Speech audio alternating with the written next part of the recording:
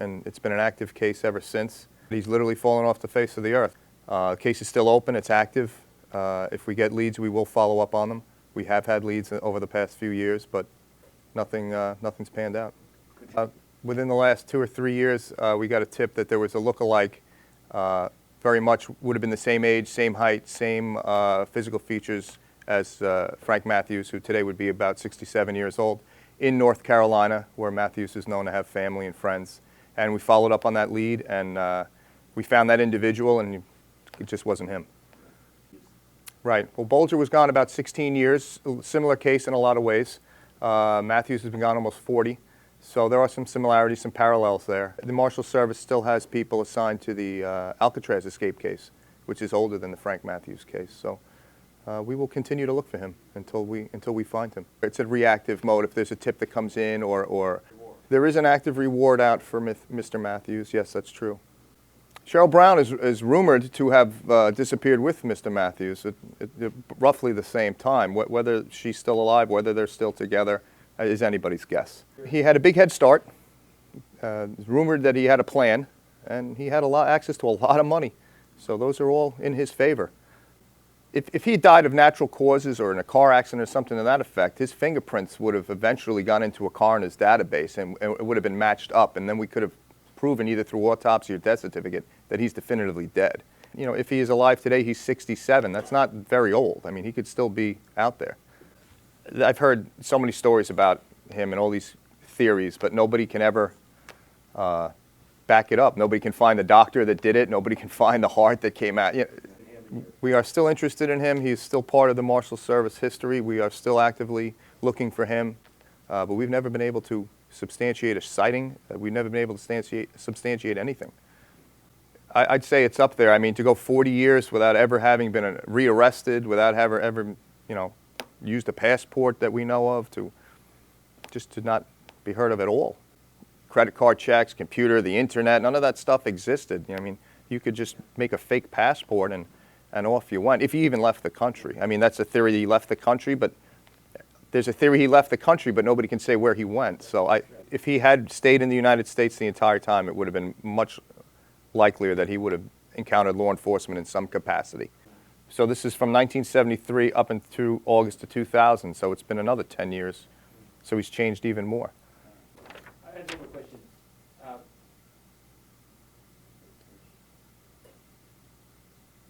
And you can see his 1973 picture and then his 2000 picture, aged enhanced. Your handsome face to Frank Matthews. Looks mean in the aged enhanced. All right, cool.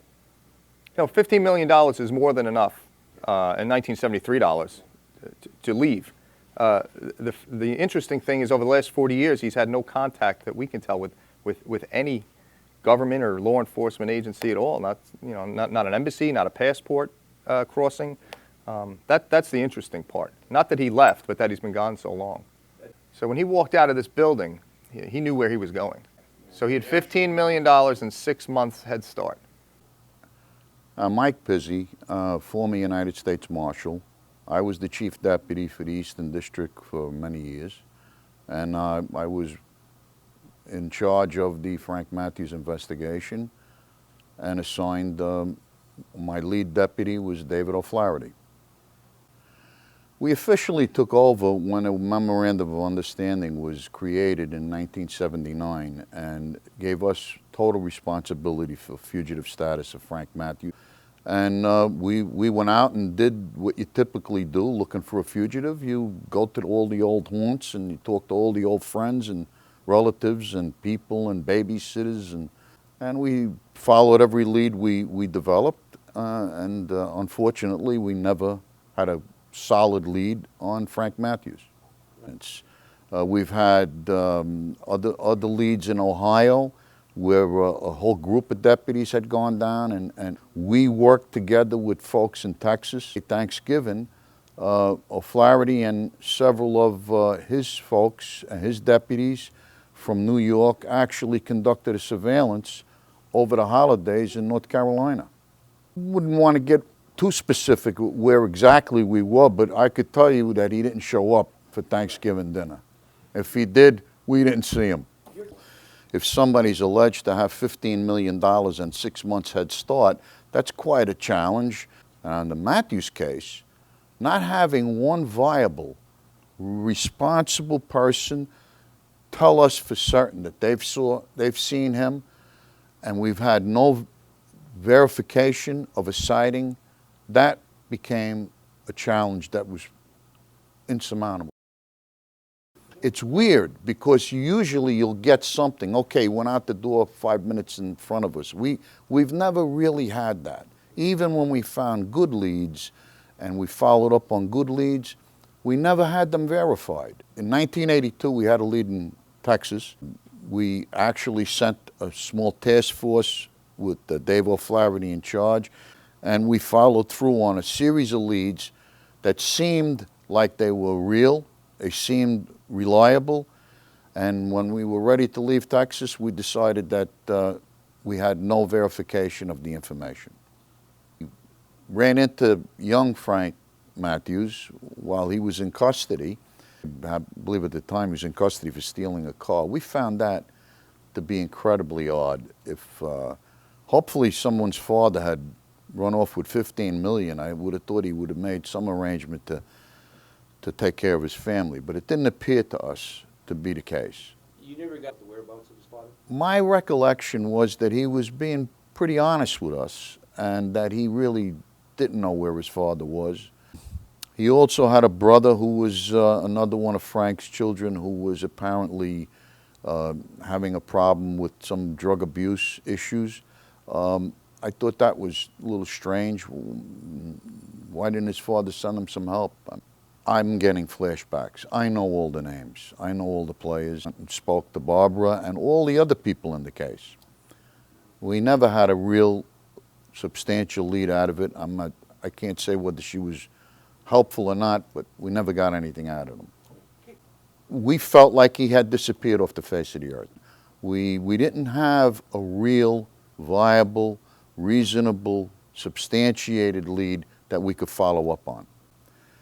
And everyone had their nemesis, and every deputy marshal had a caseload, but there was always one particular case that became the deputy's nemesis. And I would say Frank Matthews was Dave O'Flaherty's. It was equally frustrating for me as his boss to have to deal with the fact that we never could find a good lead on Frank Matthews.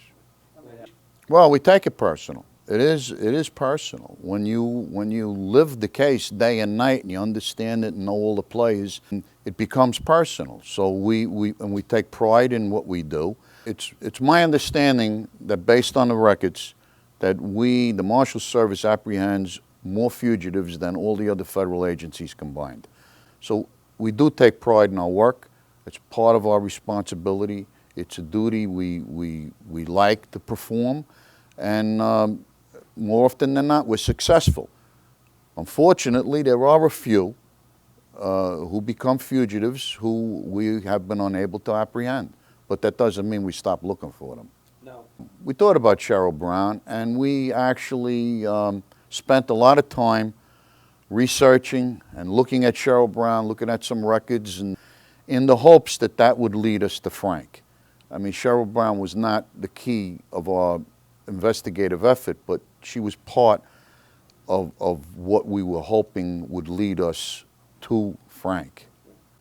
On my part, there's speculation. I'm not 100% confident that she left with Frank. Never had anybody who could corroborate the fact that she was with Frank.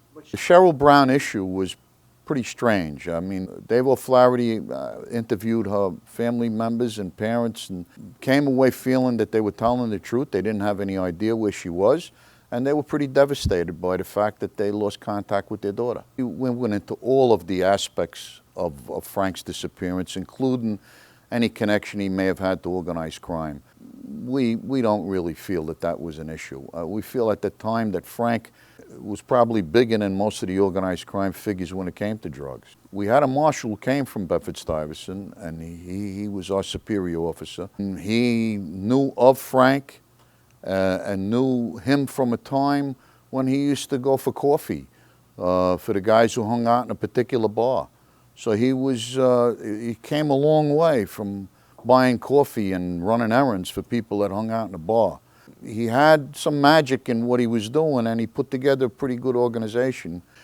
When Matthews became a fugitive in 1974, we worked the Matthews case like we would any other failure to appear. We worked together with the DEA, and all our efforts were basically in conjunction with what DEA was doing. We went out into the areas that we knew and probably knew as well as anybody, and in particular in the Bedford-Stuyvesant area where Marshal Butler had lots of folks who we spoke to. Can you tell? Well, there weren't a lot of people in his old haunts in North Carolina who were very cooperative. Sad to say, he was a bit of a legend. It seems like a lot of people looked up to Frank for probably all the wrong reasons. We did not have a lot of success in talking to folks in the North Carolina area. We always thought that there was a connection, and if there was anybody he might stay in touch with, it might be Marcella Webb.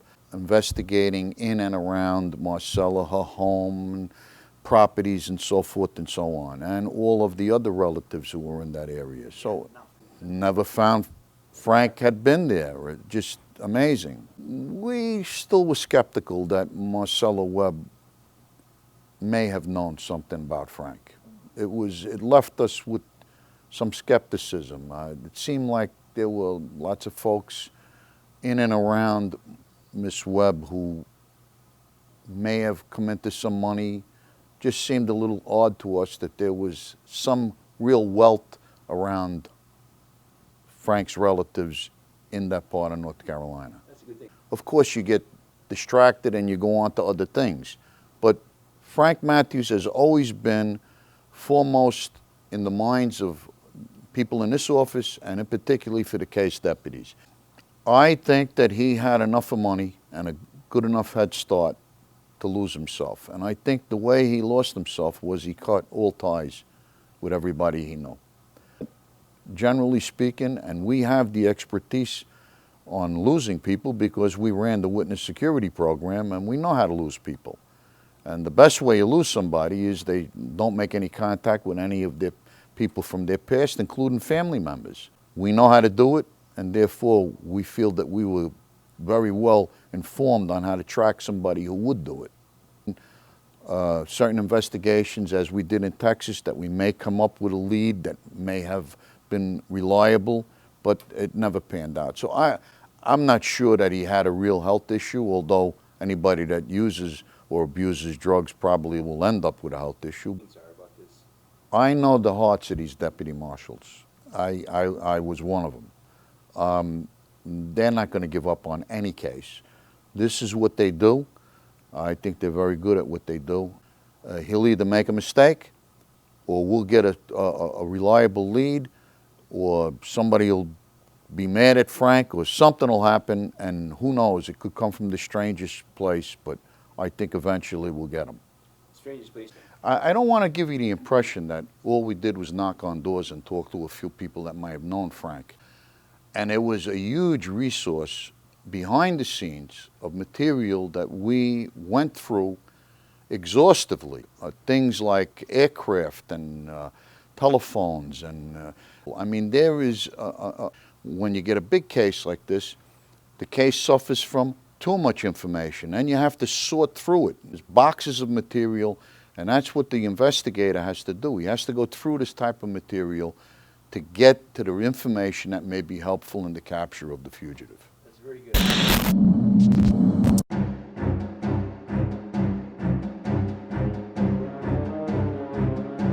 What if I told you that the illegal drug business wouldn't be possible without the American government? Treason against the American people committed by Central Intelligence. For a meeting with the CIA, and you will have your indictment dismissed in federal court. The U.S. government cut deals and bestowed favors on brutal dictators, malevolent generals, and murderous gangsters in every corner of the globe. You're getting emotional again.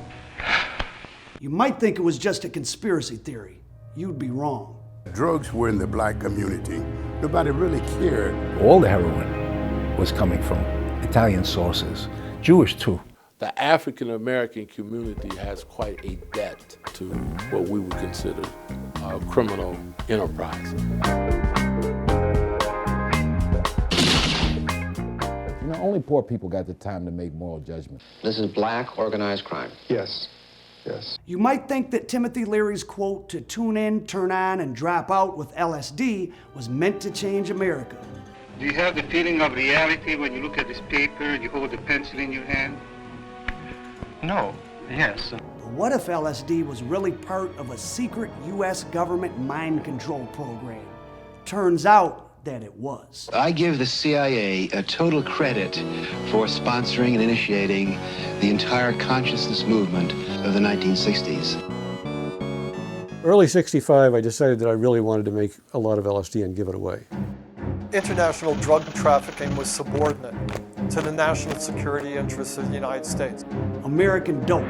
For the first time, the real story of the global drug trade, told by the undercover agents, kingpins, and prosecutors who were there at the very heart of darkness.